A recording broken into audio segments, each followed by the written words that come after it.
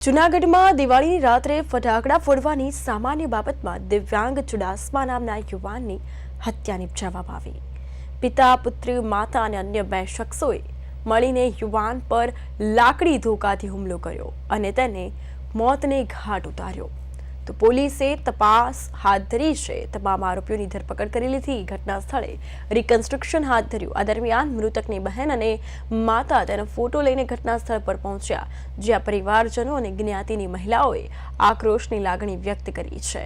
આરોપીઓને ફાંસીની સજા આપો અને સાથે જ અમને સોંપી દો, તમામ આરોપીઓને અમને સોંપી દો તેવા નારા લગાવ્યા અને આ